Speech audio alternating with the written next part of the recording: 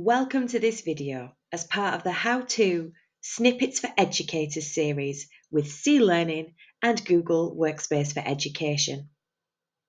In this video, we're going to take a look at the importance of the question and answers feature to guide teachers as they go through lessons with students to pause, reflect and adapt both during and after the lesson.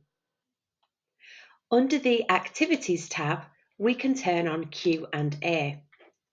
By selecting Turn on Q&A, participants and students can ask us questions in our online Google Meet. To avoid questions being asked anonymously, I can go to the Activities tab, Q&A, and the Settings wheel. In here, I can allow Q&A and I can turn this off and on in the meeting. And in this feature as well, when turned on, I can turn off anonymous questions. Students can ask a question, as can the host, by selecting Ask a Question. Once questions have been asked, students can upvote them in popularity. In the questions that have been asked, we can remove questions, perhaps that moment has passed in the lesson.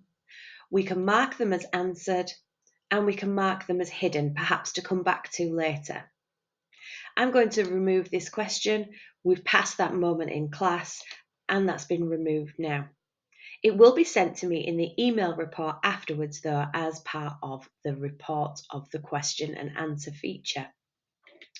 I can also only just show unanswered questions. Perhaps if I mark this one as answered here, you can see it's now removed from this list. I can also filter them by most popular. So those that have received the most upvotes, I can answer first. What was the answer to question 17 in the mock exam? I can give that answer to the students. I can mark as answered, and that also removes it from the list.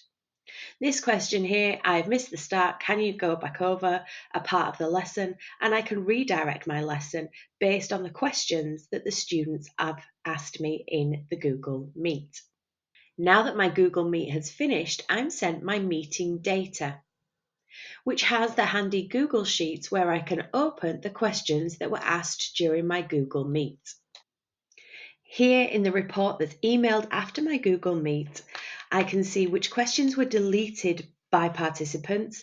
Is there anything that I need to follow up on? Is there anything concerning that student asked and then deleted because they felt self-conscious? And I can add that personalised touch. Likewise, if questions aren't for the entire class, I can go back to the individual students if they weren't marked anonymously, and I can give them a personalised feedback or answer to their question. I can also review which were the most popular questions. And I can decide, what do I need to do to make things clearer in this example about where notes are kept? And I can adjust my planning for future lessons based on this. In this video, we looked at the question and answers feature of Google Meet and how this can be used to enhance your teaching and learning in online lessons. If you would like any more information, please contact us at connect@clearning.net.